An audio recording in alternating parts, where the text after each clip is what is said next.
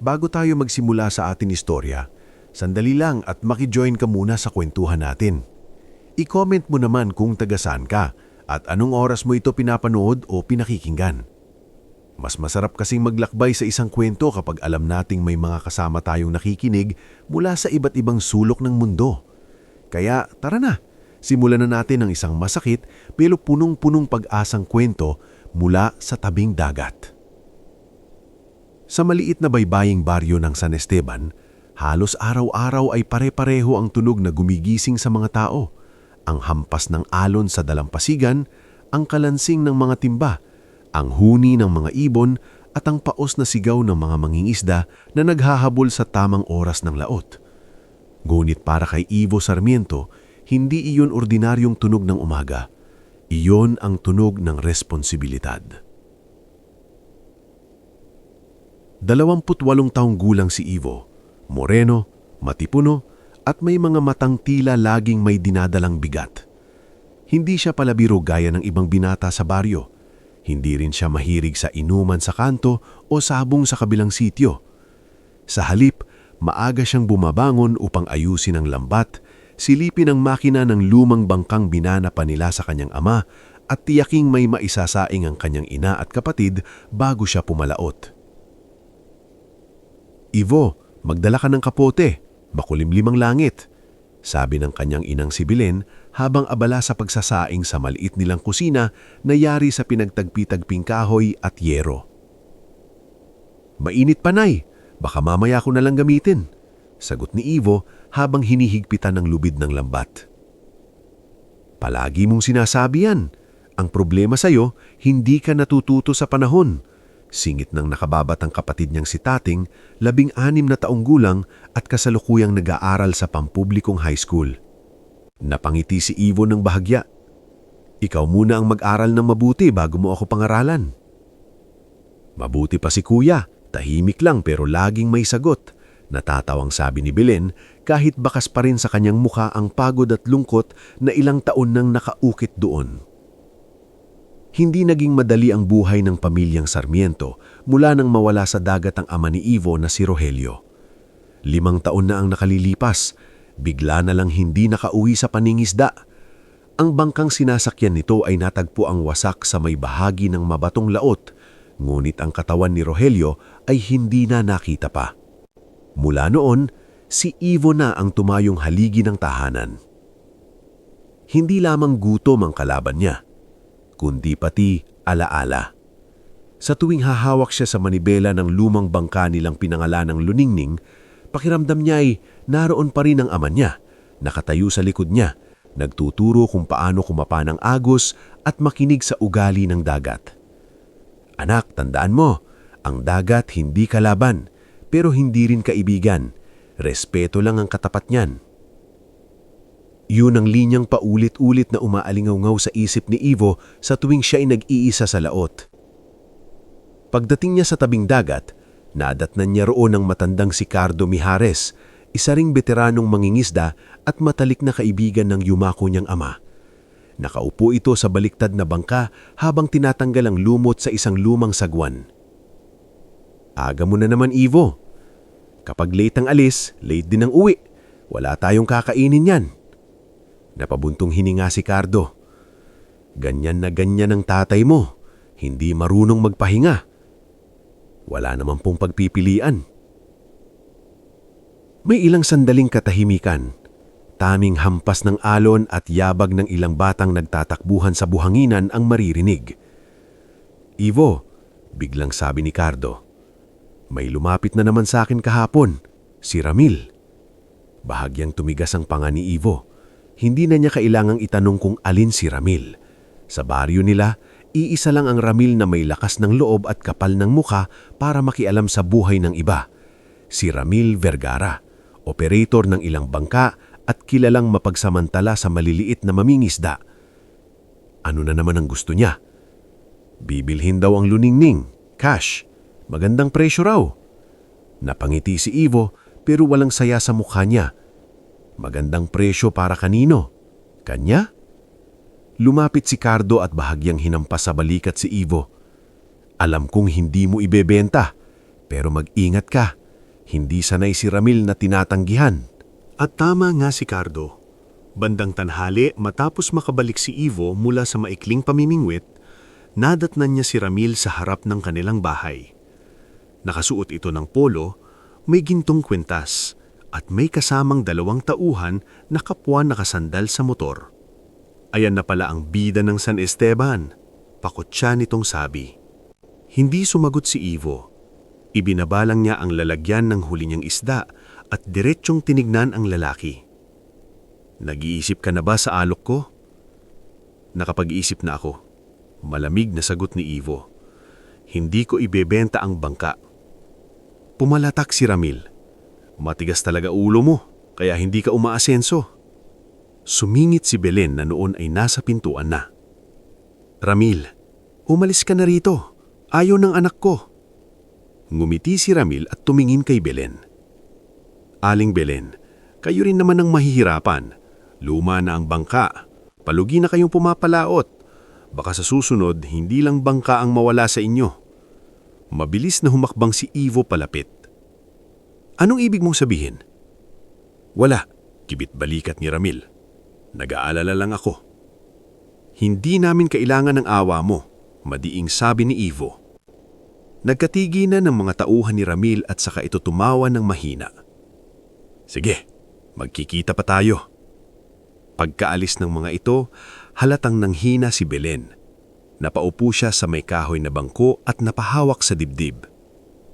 Nay, alalang tawag ni Ivo. Ayos lang ako, bulong nito. Ivo, huwag kang masyadong mapusok. Ikaw na lang ang inaasahan ko. Lumambot ang mukha ni Ivo. Umupo siya sa tabi ng ina. Hindi ko kayo pababayaan. Mula sa bintana, tahimik na nakamasid si Tating. Bata pa siya, pero sapat na ang nakita niya upang maintindihan na ang kahirapan ay hindi lang kakulangan sa pera. Minsan, kasama rin doon ang pananakot, kahihiyan at pakiramdam na palaging may gustong umapak sa iyo. Sa palengke kinabukasan, ibinenta ni Ivo ang huli niyang isda kay Aling Susing, ang pinakamatagal ng tindera ng isda sa baryo. Mataray ito sa unang tingin, mabilis magsalita at kilala sa pagiging tuso sa tawaran. Pero sa mga taong alamang totoo, isa siya sa iilang may pusong marunong lumingon sa nangangailangan. Ayan na naman ang konti lang huli mo, sabi ni Aling Susing habang sinusuri ang laman ng banyera. Mahina ang kuha sa bahaging nilautan ko. Mahina talaga kapag sira-sira na ang lambat mo, hindi mo pa pinapalitan. Wala pang pambili. Tumigil si Aling Susing. Tumingin siya kay Ivo at saka dahan-dahang naglabas ng ilang tiklop na pera sa ilalim ng mesa.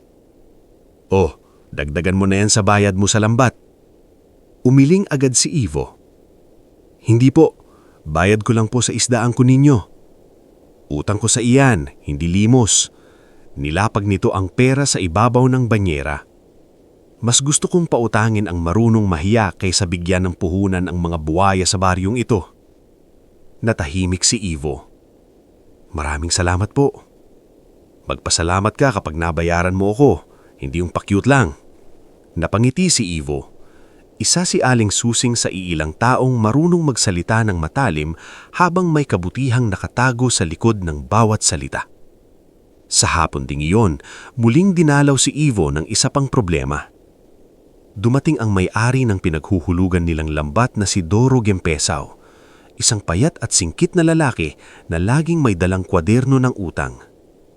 Ivo, lampas na kayo sa usapan natin habang sinusulat ang panibagong petsa.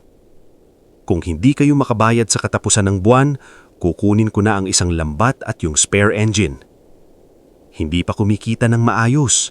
Pagbigyan niyo pa kami ng kaunti. Hindi ako charity. Narinig ito ni Belen mula sa likod at lumabas siya dala ng isang lumang supot. Doro, ito muna, kaunting hulog. Inilabas niya ang ilang gusot na perang inipon niya mula sa pananahi at pagtitinda ng nilagang saging. Napatitig si Ivo sa ina. Nay, para saan pa yan? Baon ni tating sa susunod na linggo yan. Kaya nga tayo naghahanap ng paraan, anak. Hindi tayo pwedeng laging lugmok. Matapos umalis si Doro, bumalot ang katahimikan sa bahay. Sa gabing iyon, hindi agad nakatulog si Ivo. Nakaupo siya sa labas, tawan ang madilim na dagat. Dumating si Pastor Eli, ang simpleng pastor ng maliit na kapilya sa baryo, dala ng isang termos ng kape. Hindi ka pa natutulog? Sabi nito, hindi makatulog dahil sa utang, kay Ramil o dahil namimiss mo ang tatay mo. Hindi agad sumagot si Ivo. Pagkaraan ng ilang sandali, mahina niyang sinabi, lahat po siguro. Umupo si Pastor Eli sa tabi niya. Alam mo Ivo, hindi lahat ng mabibigat ay ipinapasa ng sabay-sabay. Minsan isang araw lang muna, isang umaga, isang laot. Paano kung kahit anong sipag ko, kulang pa rin? May mga laban na hindi tinatapos sa lakas lang. Minsan sa tiyaga, minsan sa tamang pagkakataon. Napatingin si Ivo sa laot. Tahimik, malawak, madilim. Hindi niya alam noon na sa kabilang bahagi ng dagat, malayo sa payak nilang baryo, may isang dalagang nagngangalang Serafin Valderrama ang papalapit sa sarili niyang unos. Sa mundo ni Serafin, kabaliktaran ng buhay ni Ivo ang umiiral. Malalaki ang ilaw, mamahali ng mga damit, malamig ang mga silid at kontrolado ang bawat galaw ng mga taong nakapaligid sa kanya. Anak siya ng makapangyarihang negosyanteng si Lucio Valderrama, ngunit sa likod ng lahat ng karangyaan ay may isang tahimik na lungkot na walang nakakakita. Serafin, sumama ka sa krus, sabi ng kanyang tiyaheng si Octavia Valderrama habang sinusukat ng katulong ang isusuot niyang gown. Matagal ka nang hindi lumalabas, kailangan mong magpakita. Ayoko po ng mga ganong pagtitipon. Hindi lahat ng gusto mo ang masusunod. Hindi rin naman po lahat ng gusto ninyo kailangan kong sundin. Natahimik ang buong silid. Mula sa may pintuan, nakamasid lamang si Lucio. Hindi siya nagsalita. Gaya ng nakagawian, hinayaan niya na namang iba ang magdesisyon para sa anak niya. At sa simpleng katahimikang iyon, lalong tumindi ang pakiramdam ni Serafin na kahit napapaligiran siya ng mga tao, wala talaga siyang kasama. Habang sa San Esteban ay muling nag-aayos si Ivo ng lambat sa liwanag ng gasera, sa mansyon naman ng mga Valderrama ay inihahanda si Serafin para sa isang paglalakbay na ayaw niya. Dalawang mundong magkaibang-iba ang tinatahak ng dalawang taong ito. Isa'y sanay sa alat ng pawis at alat ng dagat, isa na may sanay sa kinang ng salamin at bigat ng katahimikan. Hindi pa sila nagkikita. Hindi pa dumarating ang trahedyang mag-uugnay sa kanilang buhay. Sa nayon, si Ivo ay isa pa lamang lalaking nakikipagbuno sa utang, alaala at pang-araw-araw na gutom. Isa pa lamang siyang anak na nangangakong iaahon ng pamilya. Isa pa lamang siyang kapatid na gustong tiyaking makakatapos si tating sa pag-aaral. Isa pa lamang siyang mangingisdang ayaw pakawalan ang bangkang iniwan ng kanyang ama dahil yun na lang ang natitira sa kanilang nakaraan. At sa ilalim ng tahimik na gabi sa San Esteban, habang patuloy ang hampas ng alon sa buhanginan, mahigpit niyang hinawakan ang lumang lubid ng luningning at bumulong sa dilim. Tatayo pa rin kami, kahit gaano kahirap. Bago tayo tuluyang sumabak sa kasunod na yugto ng ating istorya, maki-comment ka muna at sabihin mo kung taga saan ka at anong oras ka nanonood ngayon. Nakakatuwang isipin na habang isang kwento ay naglalayag sa imahinasyon, may mga pusong sabay-sabay ding naglalakbay mula sa iba't ibang lugar. Kaya halika na, dumako na tayo sa gabing babaguhin ng buhay ni Ivo magpakailanman.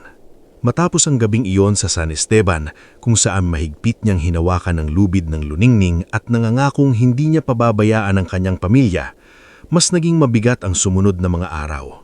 Hindi naman nawala ang utang nila kay Doro, hindi rin tumigil si Ramil sa paninindak, at lalong hindi gumaan ang pakiramdam ni Belen na baka isang araw ay tuluyan ng mapahamak ang kanyang anak na araw-araw humahamon sa dagat. Kinabukasan ng gabing iyon, maaga pa lamang ay gising na si Ivo. Bahagya pa lang sumisilip ang liwanag sa silangan, naroon na siya sa tabing dagat, aayusin ang lambat na inutangan pa nila kay Aling Susing. Katabi niya si Cardo, na bagamat matanda na ay hindi pa rin matigil sa pagtulong sa kanya sa bawat paglalakbay.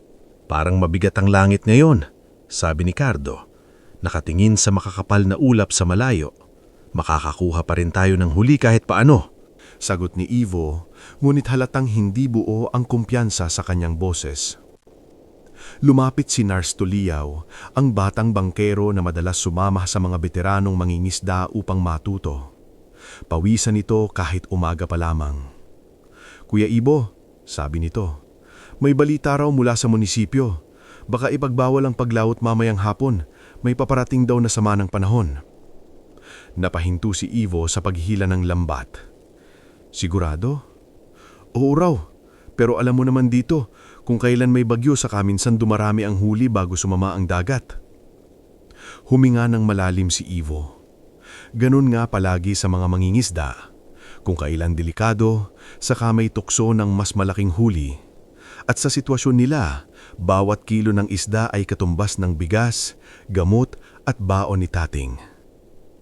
Pag-uwi niya mula sa maikling pamimingwit ng tanghali, nadadatnan niya si Belen na tahimik na naghihiwa ng gulay sa mesa habang si Tating naman ay nagsusulat sa lumang kwaderno. Nay, mukhang lalala ang panahon mamaya, sabi ni Ivo habang umiinom ng tubig. Hindi siya tiningnan ni Belen. Kaya nga sana huwag ka nang lumabas ulit. Nagkatinginan sina Ivo at Tating. Alam nilang hindi iyon madaling sundin. Kailangan nating humabol, marahan niyang sagot. Kunti lang ang huli kanina. Mabilis na napalingon si Belen at bakas sa mukha nito ang pagod at galit na pinipigil matagal na. Hanggang kailan, Ivo? Hanggang kailan ka makikipangpantiro sa dagat dahil lang sa utang? Hindi pa ba sapat ang nangyari sa tatay mo? Hindi agad nakasagot si Ivo. Tumayo si Tating at mahinang nagsalita. Kuya, baka pwedeng bukas na lang. Napayuko si Ivo. Ayaw niyang dagdagan pa ang pangamba ng pamilya niya, pero alam din niyang kung hindi siya kikilos, baka mas lumubog sila sa kahirapan. Nay, mahinahon niyang sabi, hindi ako lalayo, sa malapit lang ako. Titignan ko lang ang laot, kapag masama talaga, babalik agad ako. Napapikit si Belen at inilapag ang hawak na kutsilyo. Ganyan din ang sinabi ng tatay mo noon. Parang may malamig na kamay na dumaklot sa dibdib ni Ivo. Ngunit hindi na siya sumagot. Tahimik niyang kinuha ang kapote, ang flashlight at ang lubid. Sa mga ganitong sandali, alam niyang walang salitang makakabawas ng takot ng kanyang ina. Sa kabilang mundo, sa karangyaang kinasusuklaman ni Serafin, nagsisimula na ang cruise na matagal niyang ayaw salihan. Mula sa malalaking bintana ng barko, tanaw ang malawak na dagat na tila payapa sa unang tingin. Nakasuot siya ng mamahaling bestida, napapalibutan ng mga taong tumatawa, iniinuman at parang walang iniisip na problema. Ngunit sa loob niya, may kung anong pagod na hindi maipaliwanag. Lumapit ang tiyahin niyang si Octavia habang may hawak na wine glass. Ayan, mas maayos ng tingnan kesa kahapon. Hindi sumagot si Serafin. Anak, wika naman ng kanyang amang si Lucio, nakagagaling lamang sa pakikipag-usap sa ilang negosyanteng bisita. Magpakita ka man lang, maraming naghahanap sa iyo. Bahagya siyang napatawa, pero walang saya. Hinahanap nila ako o hinahanap nila ang apelyido natin? Natigilan si Lucio. Muli na naman, wala siyang naisagot. Hindi na bago kay Serafin ang pakiramdam na isa lamang siyang bahagi ng imahe ng kanilang pamilya. Matapos mamatay ang kanyang ina ilang taon na ang nakalipas, lalo siyang naging malamig sa mga okasyon na ipinipilit ng kanyang tiyahin. Ang bawat pagtitipon ay parang paalala na sa kabila ng dami ng tao, may kakulangan pa ring hindi mapunan ng ilaw, pera o mamahaling tugtugan. Bandang gabi, nagsimula ng umihip ng malakas na hangin sa karagatan. Sa San Esteban, napansin iyon agad ng mga matatandang mangingisda. Sa plaza, may ilang lalaking nagkukumpulan sa labas ng tindahan ni Aling Susing habang pinakikinggan ang anunsyo mula sa radyo. Lumalala raw ang sama ng panahon sa Hilaga, pinapayuhang umiwas sa paglalayag ang lahat ng maliliit na sasakyang pandagat. Hindi maganda to, Bulmol ng isang boses. Saktong palabas noon si Ivo sa may lilim ng tindahan, tangan ang ilang tinapay na ipinabili ni Belen. Narinig niya ang ulat at bahagya siyang tumigil. "Ivo," tawag ni Cardo. "Huwag ka nang magbalak. Wala naman akong balak pumalaot ng malayo. Hindi mo kailangang lumayo para mapahamak." Maiintugon ng matanda. Hindi na nakasagot si Ivo dahil sa biglang pagsulpot ni Ramil, basang-basa ng ambon ngunit nakangisi pa rin. O anong balita? Mukhang kikita na naman ng may mga malalaking bangka kapag humupa ang bagyo. Pakutya nitong sabi. Kayo, baka dasal na lamang puhunan. Mas mabuti na ang dasal kaysa panlalamang, sagot ni Aling Susing mula sa likod ng bilihan. Nagtawanan ng ilang naroon dahilan para sumangot si Ramil. Tinapunan niya ng tingin si Ivo. Baka sakaling matauhan ka na at ibenta na ang bangka mo bago pa ang dagat na ang kumuha. Nag-init ang dugo ni Ivo pero naalala niya ang sinabi ni Belen. Hindi siya pumatol. Umalis siya ng walang sinasabi, tanganong tinapay at mabigat ang isip. Pagsapit ng gabi, lumakas pa ang ulan. Ang bubong nilang yero ay halos mabingi sa bagsik ng patak. Sa loob ng bahay, magkatabing nakaupo sina Belen at Tating habang si Ivo naman ay nakatanaw sa bintana, pilit tinatansya ang ugali ng dagat sa bawat hampas ng hangin. "Matulog ka na anak, wala kang laban sa bagyo." Bago pa makasagot si Ivo, biglang may sumigaw mula sa labas. "Ivo! Cardo! Lumabas kayo!" Pagbukas nila ng pinto, naroon si Nars Tulyao. Hingal na hingal at putik-putik ang paa. "Kuya Ivo," sigaw nito, "may malaking barko raw na nagkaaberya sa may silangang bahagi. May mga ilaw na kumikislap. May naririnig daw na sirena." Parang tumigil ang oras. "Ano?" sabay na sabi ni Belen at Ivo. "May sumugod na sa may baybayin. Sabi nila cruise ship daw. Hindi raw makalapit ang Coast Guard agad dahil sa alon." Nabitawan ni Belen ang hawak niyang basahan. "Hindi ka aalis." Mulit na sa mata na ni Ivo ang desisyong hindi na mapipigilan. "Nay, hindi!" Nanginginig na sigaw ni Belen. "Hindi ka sasama, hindi ka sasabak sa bagyo para sa mga taong hindi mo namang kilala." Lumapit si Ivo at hinawakan ng magkabilang balikat ng ina. "Nay, may mga tao roon. At tao ka rin, anak kita." Umiiyak nang sabi ni Belen. Tahimik si Tating sa isang sulok, ngunit bakas sa mga mata nito ang pagmamakaawa. Sa labas, mas lalong lumakas ang hangin, parang pati buong baryo ay pinipilit hilahin palabas ng unos. "Nay," mahinang sabi ni Ivo, "kung si tatay ang nandito, alam mong pupunta rin siya." Tumulo ang luha ni Belen. Iyon ang pinakamasakit na katotohanan sa gabing iyon. Sa tabing dagat, nagkakagulo na ang mga tao. May mga lalaki na may dalang flashlight, may mga babaeng umiiyak at nagdarasal, at may ilang batang takot na takot sa bawat dagundong ng kulog. Sa malayo, tanaw nga ang hindi pantay na ilaw ng isang malaking sasakyang pandagat. Paminsan-minsan ay nawawala ito sa likod ng damuhalang alon. "Nakikita niyo ba yun?" sigaw ni Cardo, halos hindi marinig sa lakas ng hangin.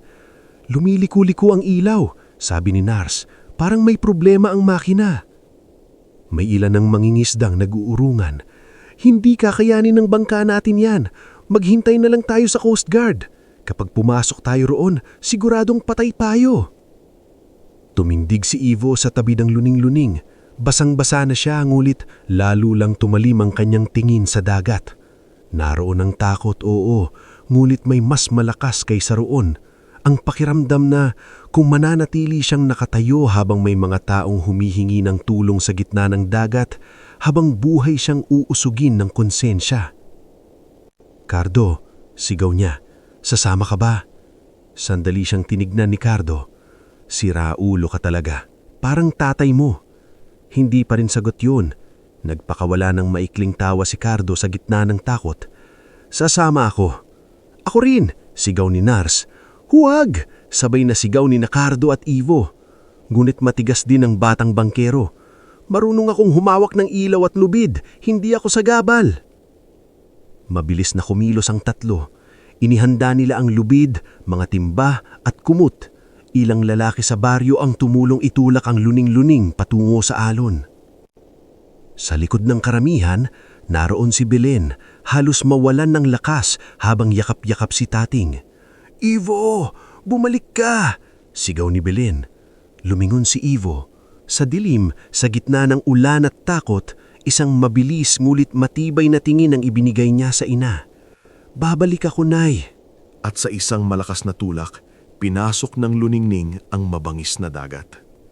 Halos punitin ng hangin ang kanilang mukha habang pilit hinahati ng maliit na bangka ang dambuhalang alon. Kumakabog ang dibdib ni Nars sa bawat hampas ng tubig. Si Cardo ay mahigpit ang hawak sa gilid ng bangka, habang si Ivo naman ay nakatuon ng buong lakas sa timon. "Sa kaliwa!" sigaw ni Cardo nang may makita silang aninong kahoy na halos bumangga sa kanila. Mabilis na iniwas ni Ivo ang bangka. Isa pala iyong sirang bahagi ng isang lifeboat. Sa malayo, naririnig na nila ang sigaw ng ilang tao. "Tulong! Diyos ko! May tao rito!" Ang malalakas na alon ay tila nagdadala ng pira-pirasong eksena ng trahedya. May mga life jacket, sirang upuan, maleta at kahoy na inaanod. Napakadilim ng paligid maliban sa ilang emergency lights mula sa malayong cruise ship na unti-unting tumatagilid. "Ivo, doon!" sigaw ni Nars. Itinuturo ang isang bahagi kung saan may kumikislap na kulay mula sa damit ng isang taong halos hindi na gumagalaw. Mabilis na lumapit ang luningning. Sa pagitan ng dalawang malalaking alon, natanaw ni Ivo ang isang dalaga na nakayakap sa sirang tabla. Halos wala ng malay at ilang ulit nang lumulubog sa tubig. "Lubid!" sigaw ni Ivo. Hinagis ni Nars ang lubid ngunit sumablay sa unang beses. Sa ikalawa, bahagyang nasagi ang tabla ngunit hindi mahigpit ang kapit ng babae. "Hahabulin ko!" sigaw ni Ivo. "Balew ka!" sigaw ni Cardo. "Masyadong malakas ang alon!" Ngunit nakatayo na si Ivo sa gilid ng bangka. Sa loob ng isang iglap, tila nagbalik ang lahat ng alaala ng pagkawala ng kanyang ama sa dagat. Ang takot na matagal na niyang itinatago. Ang pangakong hindi niya hahayaang may ibang pamilya ang mawalan ng minamahal habang kaya niyang kumilos. Tumalon siya. Malamig na parang patalimang dagat. Agad siyang sinalubong ng marahas na hampas ng tubig sa mukha. Ngunit hindi siya nagpadaig. Pilit niyang lumapit ang dalaga, humawak sa sirang tabla at kinabig ito papalapit sa kanya. "Huwag kang bibitaw!" sigaw niya, kahit hindi niya alam kung may malay pa ito. Bahagyang dumilat ang babae. Sa gitna ng ulan, ilaw at alon, saglit na nagtama ang mga mata nila. May takot, may pagsusumamo, at may buhay pang kumakapit. Mula sa bangka, sabay na hinatak ni Cardo at Nars ang lubid na inakabit ni Ivo sa katawan ng dalaga. Halos mawalan sila ng balanse nang biglang humampas ang isang dambuhalang alon, ngulit sa awa ng Diyos ay naiangat din nila ang babae sa luningning. Pagkaakyat ni Ivo, ubo siya ng ubo at hingal na hingal. Ngunit wala siyang oras para magpahinga. Lumapit agad siya sa dalaga na malamig ang balat at halos hindi na gumagalaw. "Buhay pa ba?" nanginginig na tanong ni Nars. Lumapit si Cardo at kinapa ang pulso ng babae. "Mahina pero meron." "Bumalik na tayo!" sigaw ni Ivo. Sa kanilang pagbabalik, lalong sumama ang dagat. Ngunit mas malinaw na ang isip ni Ivo ngayon. Hindi na siya basta nakikipagsapalaran para sa huli o pambayad utang. May isang buhay siyang hawak. At sa gabing iyon, ang bawat patak ng ulan, bawat hampas ng alon, at bawat sigaw ng hangin ay tila iisang bagay lang ang sinasabi. Umabot ka. Nang marating nila ang baybayin, sinalubong sila ng mga tao. May mga tumulong magbuhat sa dalaga. Si Belen, kahit naninginig pa sa takot at galit, ay agad lumapit nang makita ang kalagayan nito. "Ipasok natin sa bahay. Minda, mag-init ka ng tubig. Tating, kumuha ka ng kumot." Wala nang panahon para magtanong kung sino ang babae. Wala nang panahon para alamin kung mayaman ba siya o mahirap, taga saan, o bakit siya naroon. Sa sandaling iyon, isa lang siyang taong iniluwal ng dagat sa harap ng kanilang pamilya. Basa, sugatan, at halos mawalan ng paghinga. Habang buhat siya ni Ivo papasok sa kanilang maliit na bahay, kumislap ang kidlat sa langit at sa unang pagkakataon ay nasilayan niya ng malinaw ang mukha ng dalaga. Maputla, nanginginig, ngulit halatang mula sa mundong hindi niya kilala. At habang ipinapatong niya ito sa papag sa loob ng kanilang bahay, hindi pa alam ni Ivo na ang babaeng iniligtas niya ngayong gabi ang magiging dahilan upang kinabukasan ang isang lalaking bilyonaryo ay makarating sa kanilang pintuan ng luhaan at wasak ang boses. Bago tayo dumiretso sa susunod na bahagi ng ating istorya, gusto ko munang makisabay ka sa ating munting tambayan. I-comment mo naman kung taga saan ka at anong oras mo ito pinapanood o pinikikinggan. Iba ang sarap ng isang kwento kapag sabay-sabay natin itong dinadala sa puso, saan mang lugar tayo naroroon. Kaya halika na, ituloy natin ang kabanatang magsisimulang magbukas ng bagong pinto sa buhay ni Ivo. At kasabay nun, ang mga bagong sugat at bagong pag-asa na hindi niya inaasahan. Magdamag halos walang natulog sa bahay ni Ivo. Sa maliit nilang tahanan na karaniwang sapat lamang para sa 3 tao, ngayon ay may isang estrangherang dalaga na mahimbing ngunit putol-putol ang paghinga sa papag na dating tinutulugan ni Tating.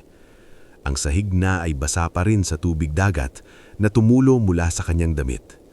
Ang hangin sa loob ng bahay ay halo ang amoy ng luya, mainit na tubig at alat ng dagat.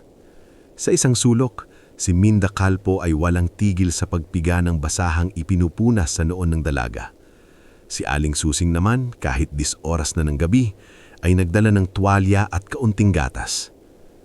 Hindi ordinaryong babae ito, bulong ni Minda habang pinagmamasdan ang maputlang mukha ng dalaga. Tingnan mo naman ang balat, parang hindi naaaraman. Hindi ka tumigil sa kapupuna kahit may buhay na nakasalalay, saway ni Aling Susing, pero mahina ang tinig. Sa may pintuan, nakaupo si Ivo, basang-basa pa rin ang buhok at balikat. Nakaalalay ang magkabilang siko sa kanyang tuhod habang tahimik lang na nakatanaw sa dalaga. Pagod na pagod ang katawan niya. Nanginginig pa ang mga kamay mula sa lamig at pagod sa paglangoy. Pero hindi siya makakilos palayo. Pakiramdam niya, kapag pumikit siya, baka biglang tumigil ang paghinga ng iniligtas niya. Lumapit si Belen dala ang mainit na salabat. "Uminom ka muna," sabi nito. "Hindi pa po ako inaantok.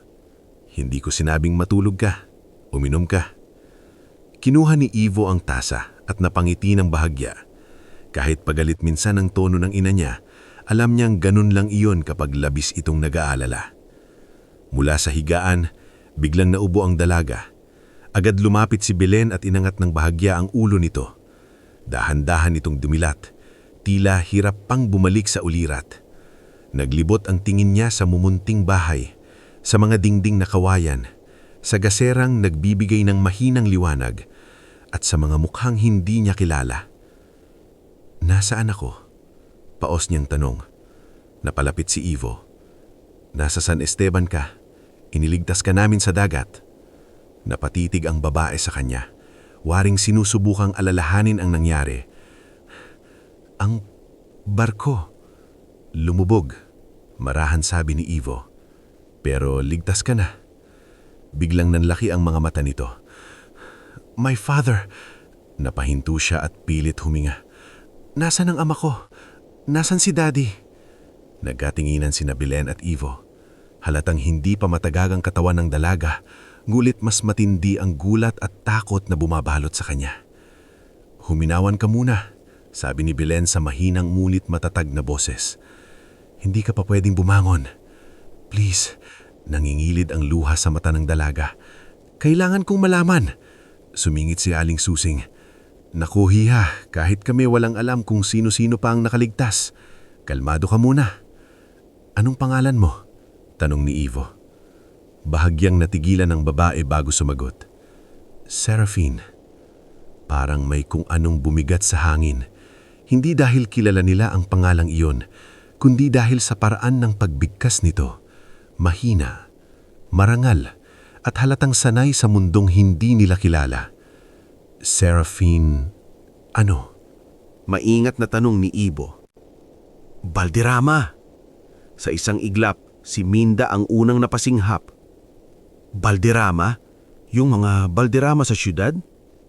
Bakit? Kilala mo? Tanong ni Aling Susing. Sino bang hindi? Yung may mga hotel, shipping lines, kung ano-ano pa. Madalas nababanggit sa balita. Napayuko si Ivo. Hindi siya palabasan ng dyaryo, pero narinig na rin niya ang apelyidong iyon sa radyo minsan, lalo na kapag usapang negosyo at malalaking barko. Kaya pala ganito ang kutis, ganito ang damit, at ganito ang asal ng dalagang nasa harap nila. Hindi dahil mayabang ito, kundi dahil literal na lumaki sa ibang klase ng buhay. Nang marinig ang sinabi ni Minda, lalo lamang nang hina ang ekspresyon ni Seraphine. Kailangan kong makatawag sa ama ko. May signal sa barangay hall kung minsan, sabi ni Tating mula sa sulok. Pero mahina rito kapag umuulan. Ako na ang pupunta roon mamaya, sabi ni Ivo. Tumingin sa kanya si Seraphine at sa unang pagkakataon ay malinaw niyang nakita sa mukha nito ang halo ng pagod, takot at isang bagay na tila hindi sanay maranasan. Pag-asa na galing sa estranghero. Salamat, bulong nito. Hindi na sumagot si Ivo. Hindi niya alam kung bakit, pero tila may bigat ang simpleng pasasalamat na iyon. Pagsikat ng araw, humupa ng kaunti ang ulan, ngulit makulimlim pa rin ang langit. Ang buong baryo ay parang sabay-sabay na nagising sa iisang balita. May malaking cruise ship na lumubog sa karagatan at may isang mayamang dalaga na iligtas at dinala sa bahay ng pamilya Sarmiento. Hindi na nakapagtaka kay Ivo nang mapansin niyang maraming mata ang pasulyap-sulyap sa bahay nila. Ang iba'y simpleng nag-aalala. Ang iba naman ay inuusig ng tsismis. Pagbalik niya mula sa barangay hall, may dala siyang balita. Nakontak daw ng barangay captain ng rescue center at nakumpirmang may ilang nakaligtas, ngulit hindi pa buo ang listahan. Ipinasa na rin nila ang pangalan ni Seraphine Valderrama sa mga naghahanap ng mga pasahero. Pagkapasok niya sa bahay, nadatnan niyang gising na si Seraphine at nakaupo na sa papag habang pinipilit uminom ng lugay na inihanda ni Belen. Huwag mo siyang puwersahin kung ayaw pa, sabi ni Ivo. Mas gusto mo bang himatayin ulit siya? Sagot ni Belen. Napangiti si Seraphine sa kabila ng panghihina. Ayos lang po ako. Hindi ka pa ayos, pero mas mabuti nang may laman ng tiyan mo habang hinihintay ang balita. Maya-maya ay biglang may malalakas na busina sa labas, sunod-sunod, hindi pangkaraniwang tunog para sa tahimik na baryo ng San Esteban. Lumabas sina Ivo, Tating at Cardo, na nooy kakadating lamang upang kamustahing sila. Napatigil silang lahat nang makita ang tatlong mamahaling sasakyang itim na papasok sa maputig na daan papunta sa bahay nila. Sumunod pa ang isang van at dalawang motorsiklong tila escort. Diyos ko! Bulong ni Minda mula sa likod. Parang may shooting. Huminto ang mga sasakyan sa tapat ng bahay. Bumukas ang pinto ng gitnang sasakyan at bumaba roon ang isang lalaki na nasa huling bahagi ng 50 anyos. Nakakulay abong Amerikana kahit maputig ang paligid. Kasama niya ang dalawang babae na bihis na bihis, isang lalaking nakasalamin na tila abogado at ilang bodyguard. Ngunit ang kapansin-pansin ay hindi ang kanilang mga damit, kundi ang mukha ng lalaki na bumaba. Wasak ito. Ang mga mata ay namumula, ang buhok ay magulo, at ang buong tindig ay malayong-malayo sa imaheng karaniwang iniuugnay sa mga makapangyarihang tao. Parang isang amang naliligaw na sa takot. Nasaan ang anak ko? Nanginginig ang boses na tinanong nito. Si Ivo ay bahagyang natagilil, ngunit bago pa siya makasagot, bumukas ang pinto ng bahay at lumabas si Seraphine, suportado ni Belen. Daddy! Nang makita yun ng lalaki, parang biglang nawala ang lahat ng lakas sa katawan nito. Nagmamadali siyang lumapit, halos madulas pa sa putik, at walang pakialam sa mahal niyang sapatos o sa mga taong nakatingin. "Serafin!" Sigaw nito. Magkayakap silang dalawa sa harap mismo ng bahay ni Naibo. Nanginginig ang mga balikat ng lalaki. Hindi niya alintana na nakatingin ang buong baryo. Hindi niya alintana na ang putik ay tumatalsik sa kanyang pantalon. Sa unang pagkakataon marahil sa maraming taon, hindi siya mukhang bilyonaryo. Mukha siyang ama. "Akala ko'y wala ka na." Halos hindi nito masabi habang umiiyak. Akala ko hindi na kita makikita. Tahimik na tumayo si Ivo sa di kalayuan at sa dibdib niya ay may kung anong kumirot. Hindi niya mapigilan ng sariling maalala ang araw na hindi na nakauwi ang sarili niyang ama. Walang yakap na dumating, walang luhang tumakbo patungo sa kanila, walang himalang nagsabing buhay pa ito.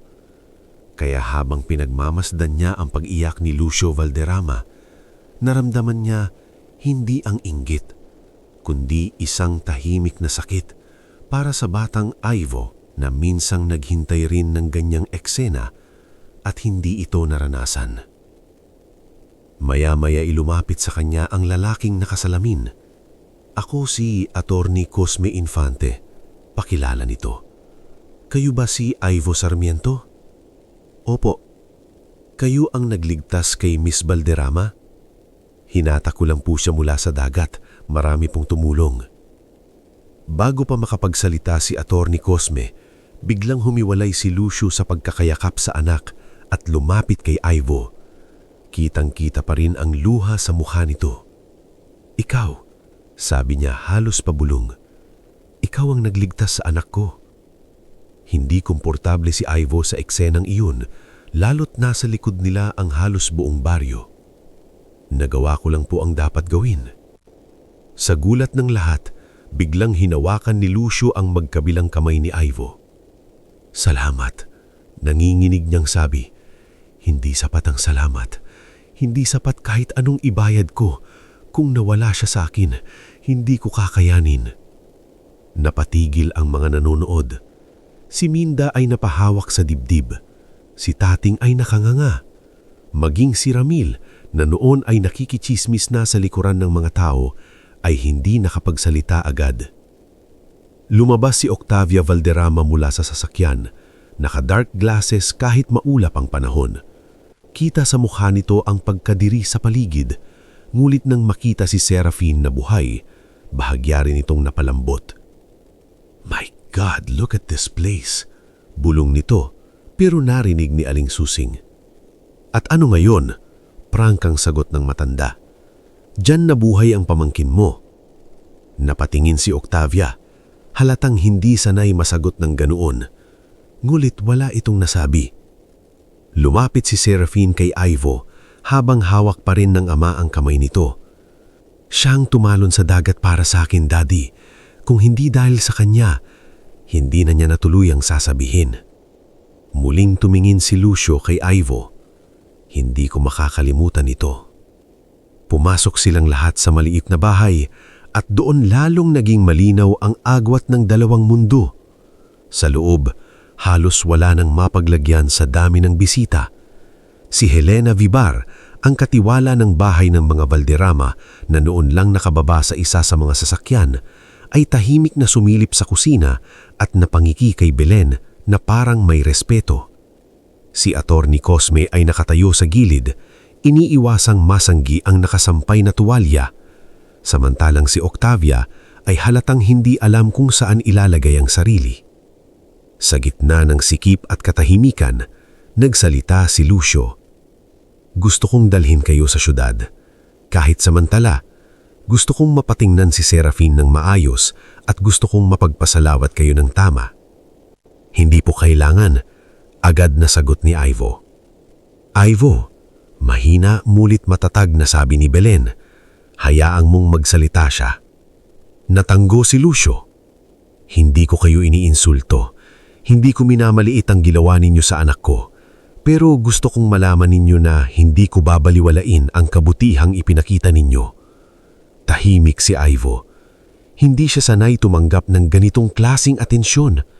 Sa buong buhay niya, ang kilala lamang niya ay ang manghingi ng palugid, ang makiusap sa may kapal na tao.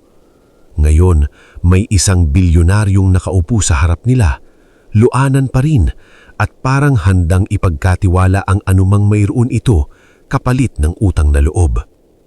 Ngunit kasabay ng pagdating ng tulong ay ang pagdating din ng bagong tingin ng mga tao. Sa labas, habang unti-unting umaalis ang mga sasakyan at ibinabalita sa buong baryo ang nangyari, nagsimulang gumapang ang mga bulong. Ang swerte ni Ivo, baka yumaman na yan. Sigurado akong aalukin ng pera. Kung ako yan, ibebenta ko na agad ang bangka at lupa. Mula sa malayo, narinig ni Ramil ang mga iyon. Hindi siya umiimik, pero ang mga mata niya ay naging mas madilim kaysa dati. Katabi niya si Doro Gempesao na tahimik ding nagmamasdan. Mukhang may bagong paborito ang tadhana. Malamig na sabi ni Ramil, kapag nagkapera yan, baka mabayaran na ako. Sagot ni Doro pero walang sigla. Umismid si Ramil, hindi pera ang problema Kapag tumaas ang tingin ng mga tao sa isang tulad ni Ivo, mahirap na siyang ibaba. Sa loob naman ng bahay, nagpaalam na si Lucio. Bago siya lumabas, muli siyang humarap kay Ivo. Babalikan kita, sabi niya. Hindi bilang negosyante, bilang amang may utang sa'yo. At nang sumakay siya sa sasakyan, hawak ang kamay ni Serafine, malinaw na malinaw kay Ivo na ang gabing iniligtas niya ang isang dalaga mula sa dagat ay hindi na matatapos sa simpleng pasasalamat. Dahil sa baryong iyon, sa bahay nilang dating halos hindi pinapansin ng mga tao, nagsimula ang isang pagbabagong hindi na maibabalik pa sa dati. At hindi pa alam ni Ivo na kasabay ng pagdating ng biyaya ay ang pagsisimula rin ng inggit, paninira at mga pagsubok na higit na mapanganib kaysa sa mismong dagat na nilusong niya. Bago tayo dumiretso sa mas mabigat na bahagi ng ating istorya, maki-comment ka muna at sabihin mo kung taga saan ka at anong oras mo ito pinapanood o pinakikinggan. Iba ang tama ng isang kwento kapag sabay-sabay nating itong binubuo sa isip at damdamin. Lalo na kung ang mga susunod na mangyayari ay hindi lang basta pagsubok, kundi pagbubukas ng mga lihim na matagal nang nakalibing. Kaya halika na, simulan na natin ang bahaging magpapayanig sa buhay ni na Ivo at Serafine. Pagkaalis ng mga sasakyan ng mga Valderrama sa baryo ng San Esteban, hindi agad bumalik sa dati ang paligid. Sa totoo lang, parang mas lumakas pa ang ingay ng baryo matapos humupa ang busina ng mga mamahaling kotse.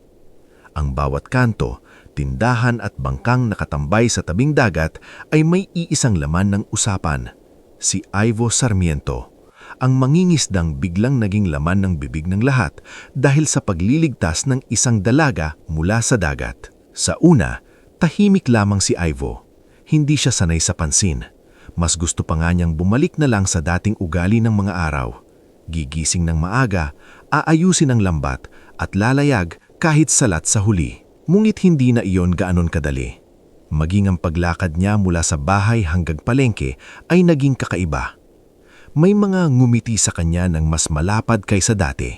May mga bumati na dati ay hindi naman siya pinapansin. At may ilan ding lihim na sumusukat sa kanya mula ulo hanggang paa na para bang naghihintay kung kailan siya madadapa sa bagong kapalarang ibinagsak sa kanyang buhay. Sa tindahan ni Aling Susing, nakapila si Ivo para bumili ng asin at kape nang biglang magsalita ang isang babaeng nakatayo sa likod niya. Ivo, totoo bang dadalhin ka raw sa syudad? Hindi niya nilingon agad ang nagsalita. Hindi ko po alam. Baka doon ka natitira. Baka magbango ka na. Napabuntong hininga Aling Susing habang nagtitimbang ng tuyong isda. Kayong mga tao rito, bilib na bilib agad sa chismis.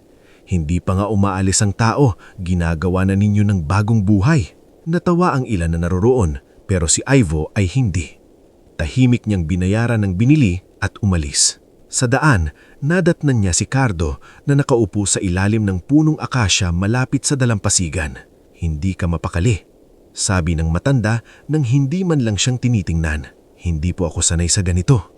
Sa anong ganito? Sa pakiramdam na ang bawat galaw ko may nakabantay. Tumanggo si Cardo. Mas mahirap talaga ang buhay kapag may nakakakita sa iyo. Nung mahirap ka lang sa paningin nila, walang pakialam. Pero ngayong may taong mayaman na nakakita sa kabutihan mo, bigla kang may halaga. Natahimik si Ivo. Masakit pakinggan pero totoo. Lumipas ang ilang linggo at hindi nga naputol ang ugnayan ng pamilya Sarmiento sa mga Valderrama. Nagpadala si Lucio ng doktor para tingnan si Belen na madalas sumakit ang dibdib. Pinag-aral din niya ng mas maayos si Tating sa isang mas magandang paaralan sa bayan. At sa mungkahi ni Ivo, naglaan siya ng pondo para sa maliliit na mangingisda sa San Esteban. Hindi bilang limos, kundi bilang panimulang puhunan sa isang kooperatiba. Dito nagsimulang gumanda ng bahagya ang buhay ng baryo. Nakapagpalit ng ilang sirang lambat sina Cardo at Nars. Nagkaroon ng mas maayos na imbaka ng huli. Si Aling Susing ay nabigyan ng maliit na freezer upang hindi agad mapanis ang isda. At si Belen, sa kauna-unahang pagkakataon matapos ang maraming taon, ay nakahinga ng bahagya dahil hindi na araw-araw nagbibilang ng baryang pangulam. Ngulit kasabay ng mga pagbabagong iyon ay ang pagdalas din ng pagpunta ni Serafin sa San Esteban. Hindi tulad ng una nilang pagkikita kung saan siya ay mahina, takot at halos wala sa sarili. Ang bagong Serafin na bumabalik sa baryo ay mas tahimik, ngulit mas buo ang tindig. Hindi pa rin siya sanay sa putik, sa alat ng hangin at sa simpleng pamumuhay. Pero kitang-kita ni Ivo na sinisikap niyang umangkop.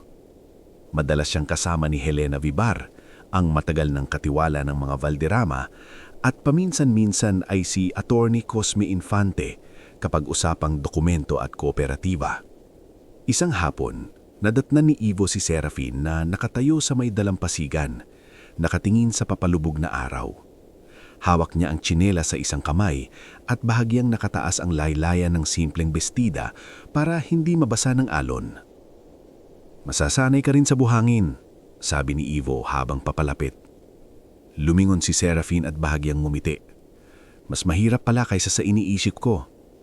"Sa una lang yan. Parang sa lahat naman." Saglit siyang tumingin muli sa dagat. "Sa una lang mahirap, tapos kapag tumagal, saka mo mararamdaman kung gusto mong manatili." Hindi agad sumagot si Ivo. Sa mga ganitong sandali, ramdam niyang may lungkot pa rin nakadikit kay Serafin kahit hindi na ito kasing lantad ng dati. "Bakit lagi kang tumitingin sa dagat?" tanong niya. Napangiti si Ivo ng bahagya. "Doon ako lumaki." "Hindi ka ba nagagalit dito? Kinuha nito ang tatay mo. Halos kunin din ako." Huminga ng malalim si Ivo bago sumagot. "Minsan oo, pero kung sa galit lang ako mabubuhay, matagal na sana akong nalunod. Wala naman akong ibang alam na buhay kundi ito." Napatingin sa kanya si Serafin at sa katahimikang iyon ay tila may unti-unting namumuong bagay sa pagitan nilang dalawa. Hindi pa pag-ibig, ngunit hindi na rin simpleng utang ng loob. Isang uri ng pagtangaw sa isa't isa na nanggagaling sa parehong sugat, kahit magkaiba ang pinagmulan ng kanilang mga mundo. Sa mansyon ng mga Valderrama, hindi lahat ay natutuwa sa bagong paglapit ni Serafin sa baryo at kay Ivo. Sa isang maluwang na opisina, kausap ni Lucio ang kanyang business partner na si Gideon Valenia. Isang lalaking mauyos manamit, palaging mahinahon magsalita, ngulit may mga matang laging nagkukubli ng sariling balak. Maganda ang epekto sa imahe ng kumpanya ang kooperatiba, sabi ni Gideon habang nagbubuklat ng ilang papeles. Hindi siya pinansin agad ni Lucio. "Hindi ko ito ginagawa para sa imahe." "Alam ko, pero hindi rin naman masamang makinabang ang kumpanya." Ibinaba niya ang hawak na baso. "Ano ba talaga ang gusto mong sabihin, Gideon?" Bahagyang ngumiti ang lalaki. "Gusto ko lang ipaalala na habang tumatagal ang koneksyon ng anak mo sa pamilyang iyon, mas maraming mata ang nakatingin. Hindi lahat ng lumalapit sa mayaman ay walang motibo." Nanigas ang panga ni Lucio. Ivo risked his life for Serafin. "Maaring totoo yun," kibit kalbahin ni Gideon. "Pero hindi ba't mas madelikado ang mga taong mababait? Sila ang pinakamadaling pagtiwalaan." Sa gilid ng silid, tahimik lamang si attorney, ngunit malinaw na hindi niya gusto ang tono ng usapan. Alam niyang mula pa sa una ay hindi sang-ayon si Gideon sa anumang desisyong labis na napapapasok ang personal na damdamin ni Lucio sa negosyo. At may isa pang dahilan. Matagal nang nais ni Gideon na maging mas malapit kay Serafin, hindi lamang bilang tagapag-aral o kasosyo ng pamilya, kundi bilang lalaking pwedeng magpalawak ng impluensya sa loob ng mga Valderrama. Hindi man hayagan, alam ng maraming tauhan sa bahay na gusto ni Octavia ang idea ng isang mauyos na lalaki. Na lalaking gaya ni Gideon para kay Serafin. Kaya ang paglitaw ni Ivo, isang maningisdang walang apelyidong mabigat, ay tila batong biglang bumagsak sa planong matagal nang inaayos ng ilan. Hindi nagtagal, nagsimula ang mga maliliit na paninira.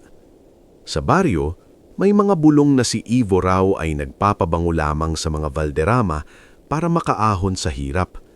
Sa bayan naman, may usap-usapang nahumaling daw si Serafin sa lalaking sumagip sa kanya at baka raw ito ang maging kahihiyan ng kanilang pamilya. Hindi ito direktang galing kay Gideon, ngunit sapat na ang ilang itinanim na salita upang kumalat ang duda.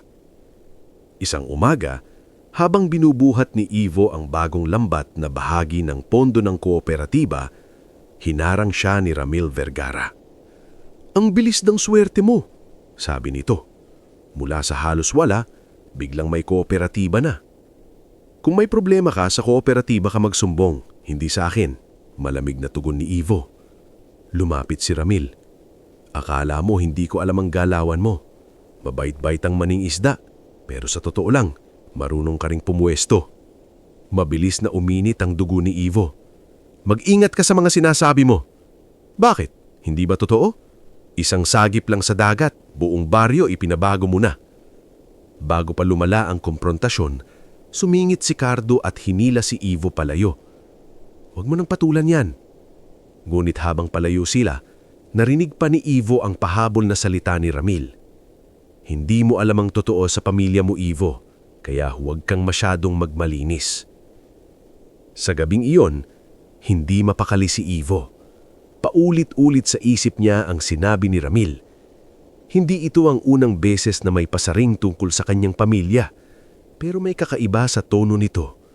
Parang may alam ito na hindi niya alam. Makalipas ang ilang araw, muling bumalik si Serafin sa baryo upang kausapin si Belen tungkol sa paglalagay ng maliit na drying area para sa mga isdang ibebenta ng kooperatiba.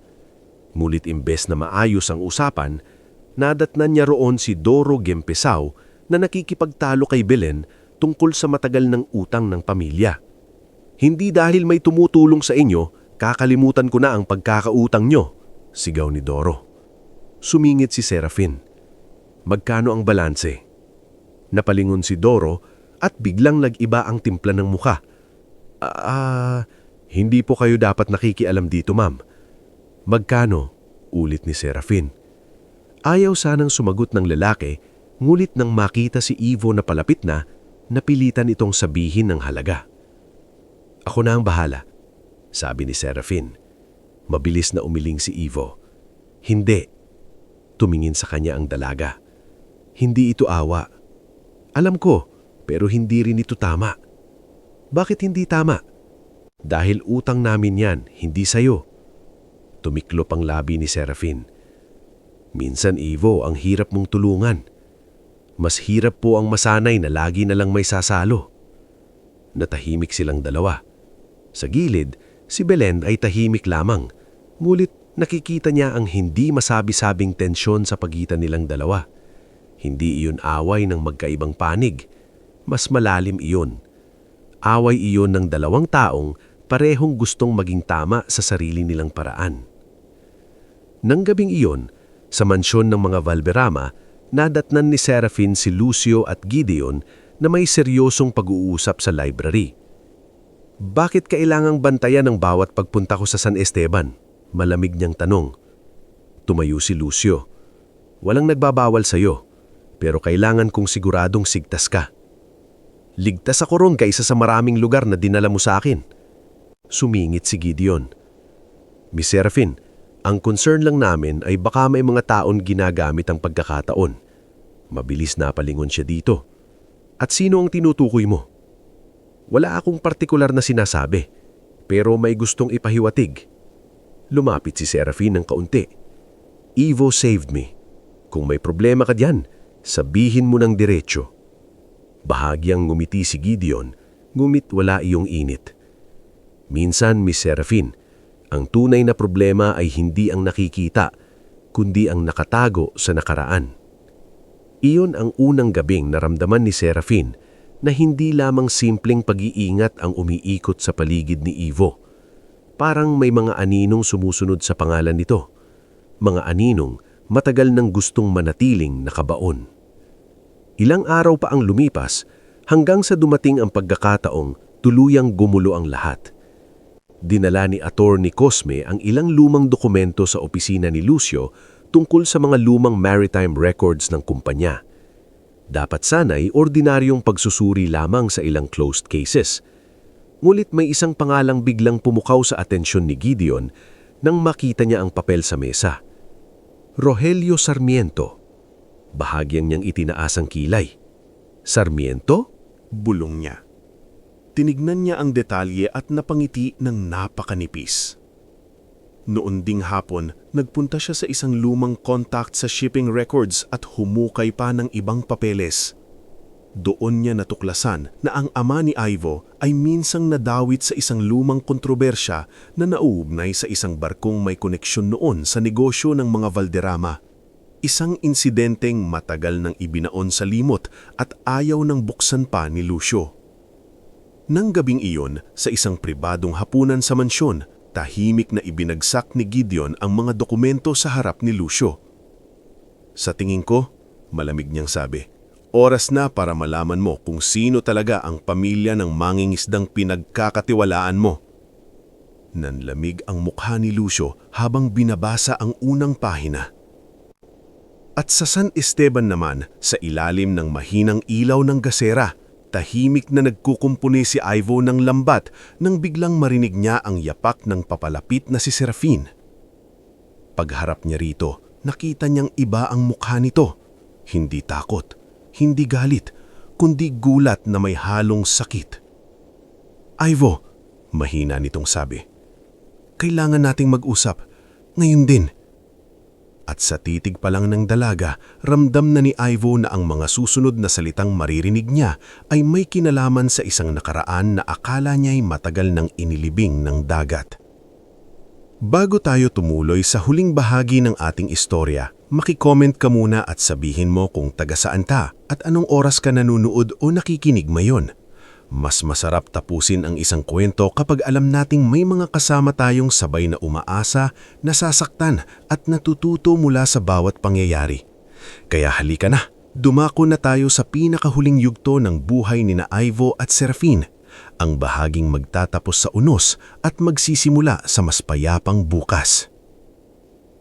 Tahimik ang gabing iyon sa San Esteban, ngunit sa loob ni Ivo ay parang may bagyong biglang bumalik matapos ang matagal nang humupa. Sa ilalim ng ilaw ng gasera, hawak pa niya ang lambat na kanyang kinukumpuni nang dumating si Serafine na may mukha ng isang taong may dalang balitang ayaw niyang siya mismo ang maghatid.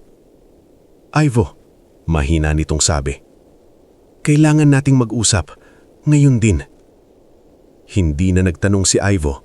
Sa tono pa lamang ni Serafine, alam niyang hindi ito simpleng pag-uusap tungkol sa kooperatiba o sa mga susunod na proyekto sa baryo. May bigat iyong hindi maitatago. Naglakad silang dalawa patungo sa dalampasigan. Sa malayo ay maririnig ang mahinang hampas ng alon, ngunit sa pagitan nila ay halos walang tunog kundi ang kanilang yapak sa buhangin. Anong nangyari? Tanong ni Ivo. Huminga ng malalim si Serafine bago nagsalita. May mga lumang dokumentong nakita si Gideon tungkol sa isang lumang insidente sa shipping records ng kumpanya namin. Napatitig si Ivo. Anong kinalaman nun sa akin? Saglit na nag-atubili si Serafine. Kasama ang pangalan ng tatay mo. Parang may lamalamig na dumaloy sa gulugod ni Ivo. Anong sinasabi mo? May lumang kaso noon. May barkong may kinalaman sa negosyo ng pamilya namin. Ayon sa records, nadawit si Rogelio Sarmiento sa isang maritime negligence report. Hindi agad nakasagot si Ivo. Sa unang sandali, para lang siyang binagsakan ng salitang hindi niya malaman kung paanong hahawakan. Ang ama niya sa buong buhay niya ay pinanghawakan niyang marangal, masipag at tapat.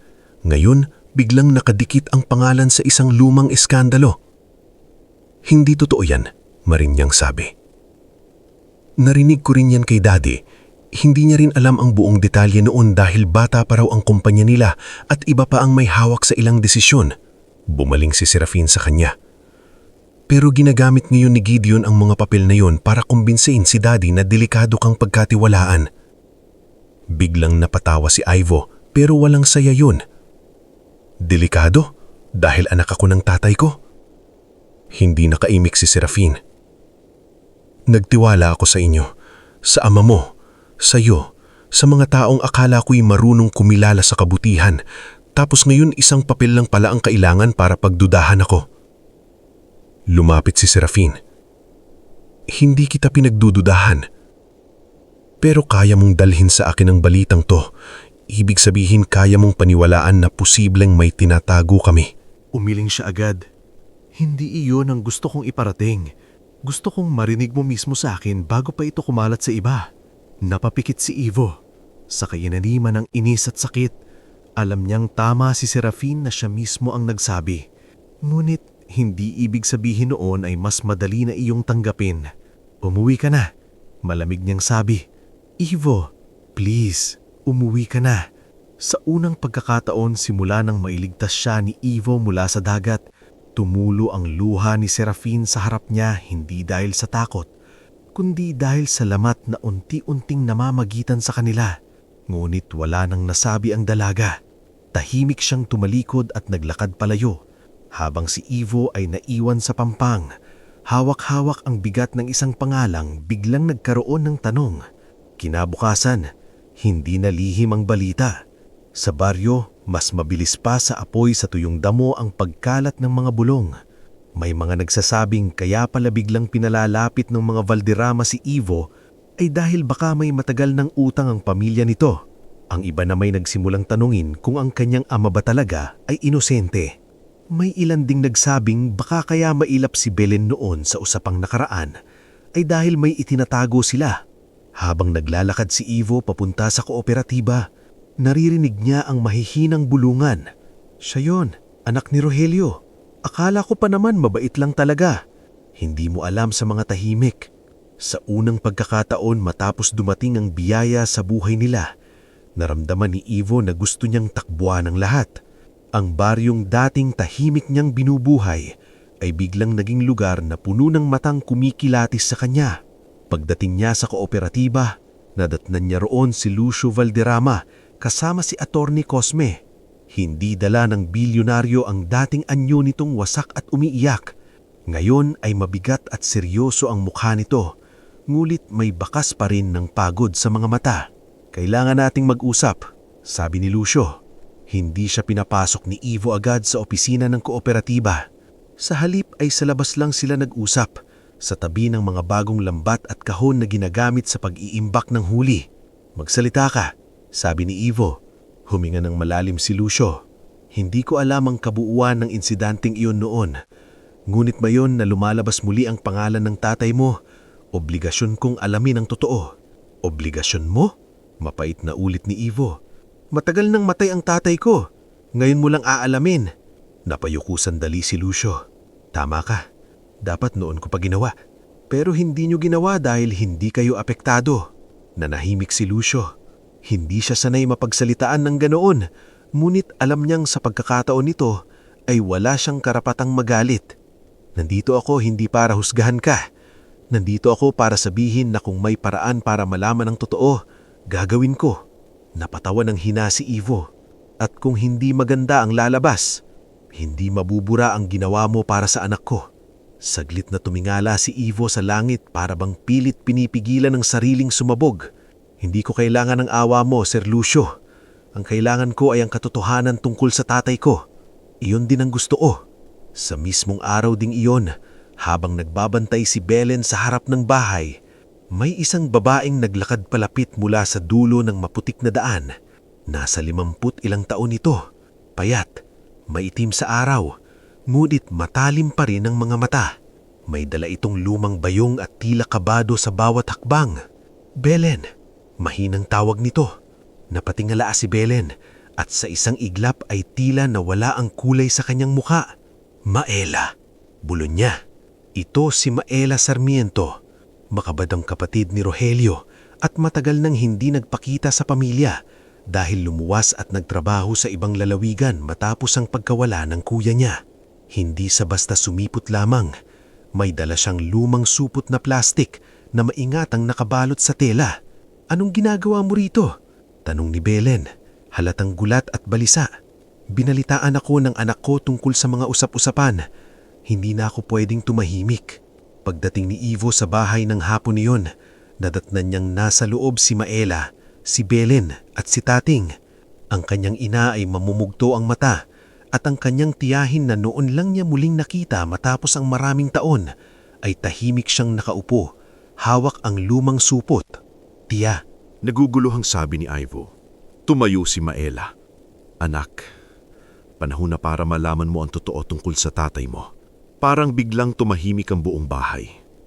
Dahan-dahan niyang inilabas ang laman ng supot, mga lumang dokumento, sulat kamay na papel, at isang maliit na kwaderno na may bakat ng tubig alat sa gilid. Ito ang mga papel na iniwan sa akin ng kuya mo bago siya mawala, sabi ni Maela kay Belen, saka bumaling kay Ivo. Akala ko noon, mas mabutong ibaon na lang natin ang lahat para makaiwas sa gulo. Pero mali ako, kasi habang tahimik tayo, mas lalong pinaniwalaan ng iba ang kasinungalingan. Kinuha ni Ivo ang maliit na kwaderno. Nanginginig ang mga kamay niya nang makita niya ang sulat kamay ng kanyang ama. Hindi ko maintindihan, bulong niya. Ipinaliwanag ni Maela na ilang buwan bago mawala si Rogelio, nagtrabaho ito bilang pansamantalang tripulante sa isang cargo vessel na konektado sa lumang business network na kalaunan ay nagkaroon ng kaugnayan sa shipping ventures ng mga Valderrama. Doon nito nadiskubre ang ilang irregularidad sa maintenance at kargamento ng barko. Paulit-ulit itong nagbabala sa nakatataas, ngunit binaliwala lamang. Ito ang mga kopya ng sulat niya, sabi ni Maela habang isa-isang inilalatag ang mga papel. Nag-report siya. Isinulat niya lahat ng napansin niya. Sirang kagamitan, overloaded na karga, at mga pirma ng ilang opisyal na nag-utos na ituloy pa rin ang biyahe. Bakit hindi ito lumabas noon? Tanong ni Tating na ngayon ay halos hindi makahinga sa tensyon. Dahil may mga makapangyarihang taong gustong manatiling tahimik ang lahat, sagot ni Maela. At nang nangyari ang insidente, ang pinakamadaling sisihin ay ang mga nasa ibaba. Isinama ang pangalan ng kuya mo sa report na parang siya ang nagpabaya, kahit ang totoo, siya pa ang unang nagbabala. Napahawak si Belen sa bibig at muling napaiyak. Sinabi ko sa kanya noon na wag nang makialam, na magtrabaho na lang at umuwi sa atin. Pero sabi niya, paano raw kung may mamamatay dahil sa katahimikan niya? Napatitig si Ivo sa sulat kamay ng ama. Bawat letra ay parang piraso ng kanyang pagkataong muling binubuo. Hindi naging suwail o pabigat ang kanyang ama. Hindi ito naging salarin. Isa pala itong taong nagsabi ng totoo at posibleng iyon pa ang dahilan kung bakit ito tuluyang napahamak. Hindi na nag-aksaya ng oras si Ivo. Kinabukasan, kasama sina Maela, Belen at Attorney Cosme, nagtungo siya sa mansyon ng mga Valderrama dala ang lahat ng dokumento. Naroon si Lucio, si Serafin, si Helena at sa kasamaang palad ay si Gideon din. Anong ibig sabihin nito? Malamig na tanong ni Gideon nang makita ang mga papel sa mesa. Ang ibig sabihin, sagot ni Attorney Cosme habang inaayos ang mga dokumento, ay may malaking hindi isinama sa kwento mo. Isa-isang binasa ni Lucio ang sulat ni Rogelio. Habang tumatagal, lalong bumibigat ang kanyang mukha. Kitang-kita sa kanya ang galit, ngunit hindi iyon nakatuon kay Ivo.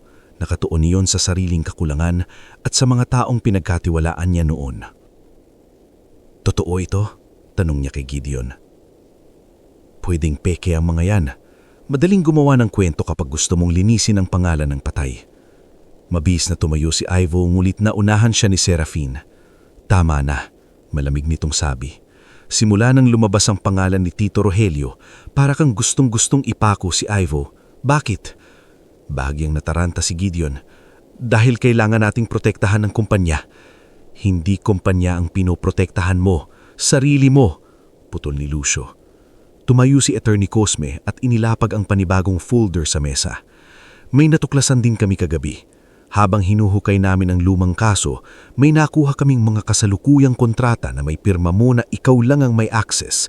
May mga shell companies, may diverted funds, at may bayad sa ilang taong konektado sa lumang maritime records. Biglang namutla si Gideon. Hindi totoo yan. May bank trail at may testimonya na rin ng isang dating records officer na sinuhulan para ibaon ng ilang dokumento pwedeng makadawit sa mga tunay na responsable noon. Napatayo si Lucio, nanginginig sa galit. Gideon, ilang taon kitang pinagkatiwalaan. Ngunit hindi na sumagot ng diretsyo ang lalaki. Sa halip ay nag-iwas ito ng tingin at doon pa lamang ay sapat na para tuluyang maunawaan ng lahat kung sino ang nagsinungaling. Maya-maya, dumating ang mga otoridad na ipinatawag ni Attorney Cosme. Sa harap ni na Lucio, Serafine at ng pamilya Sarmiento, iniskortang palabas si Gideon Valleña. Sa gilid, nakatayo si Octavia na noon lang tuluyang natahimik. Waring hindi makapaniwalang ang lalaking matagal niyang pinapaboran para kay Serafine ay siyang may pinakamaitim na balak. Matapos maalis si Gideon, bumaling si Lucio kay Ivo. Ilang sandali siyang hindi makapagsalita.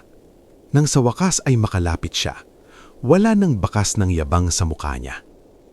"Patawarin mo ako," sabi niya. "Hindi ko man tuwirang inakusahan ng tatay mo.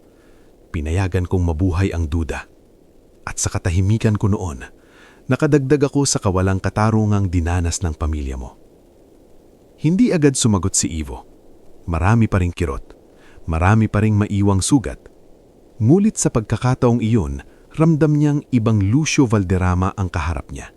Hindi ang negosyante, kundi isang lalaking sa wakas ay handang harapin ang totoo. Makalipas ang mga buwan, tuluyang nilinis ng legal team ng mga Valderrama ang pangalan ni Rogelio Sarmiento. Inilabas sa publiko ang tamang ulat sa lumang maritime incident. Nalaman ng marami na si Rogelio ay hindi naging sanhi ng kapabayaan, kundi isa sa iilang nagtangkang pigilan iyon. Bilang pagkilala, pinunduhan ni Lucio ang isang maritime training scholarship sa pangalan nito para sa mga anak ng mga mangingisda. Sa San Esteban, unti-unting humupa ang mga bulong at napalitan ng paggalang. Si Ramil Vergara na dating malakas ang loob manira ay nawalan ng impluensya nang magsimulang mas paboran ng mga tao ang kooperatiba kaysa sa mapagsamantalang sistema niya. Maging si Doro Gempesaw ay napilitang maging maingat sa pakikitungo dahil nabayaran na rin sa wakas ang utang ng pamilya Sarmiento, hindi mula sa limos, kundi mula sa unti-unting pag-unlad ng kooperatiba at maayos na kabuhayang itinayo nila. Lumipas pa ang isang taon. Ang dating bahay kuboli na Ivo ay napalitan ng maayos ngunit payak na tahanan gawa sa konkreto at kahoy, nakaharap pa rin sa dagat na naging saksi sa lahat ng sakit at pagbabago ng kanilang buhay. Si Belen ay mayroon ng maliit na tindahan ng daing at tinapak katabi ng bahay.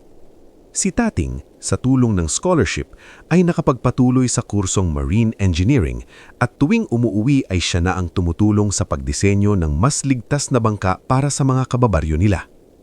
Ang kooperatiba naman ng San Esteban ay lumaki mula sa simpleng puhunan tungo sa isang respetadong samahan ng mga mangingisda.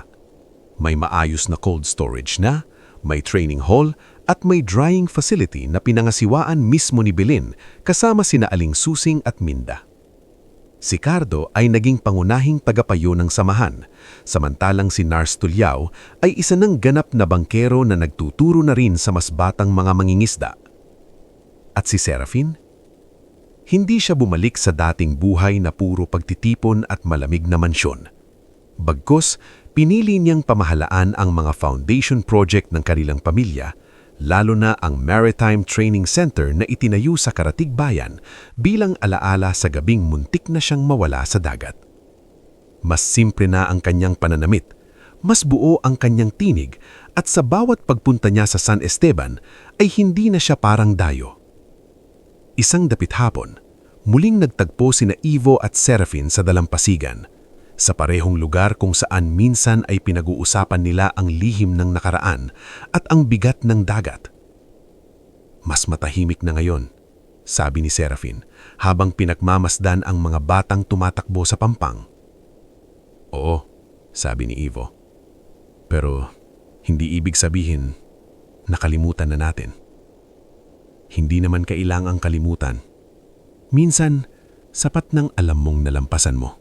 Tumango si Ivo. Sa loob ng mahabang panahon, inakala niyang ang pagligtas niya kay Serapina ay isang gabing hindi na mauulit. Pero ngayon, alam niyang ang gabing iyon ang nagbukas ng landas para hindi lang siya kundi ang buong baryo ay makaahon mula sa matagal na pagkakalubog sa hirap, takot at panlalamang. Maya-maya'y dumating si Lucio kasama si Belen at Tating. Sa likod nila ay sina Cardo, Aling Susing, Minda at halos buong samahan ng kooperatiba. Hindi pormalang pagtitipon, simpleng salo-salo lang sa tabing bagat. May inihaw na isda, pansit at ilang ilaw na nakasabit sa mga poste. Ngunit sa simpleng gabing iyon, naroon ang lahat ng taong naging bahagi ng unos at pag-ahon ng isa't isa. Lumapit si Lucio kay Ivo, hawak ang isang maliit na kahon. Hindi ito bayad, sabi niya agad, at hindi rin ito utang na loob. Matagal na nating alam na walang katumbas ng gabing iniligtas mo ang anak ko.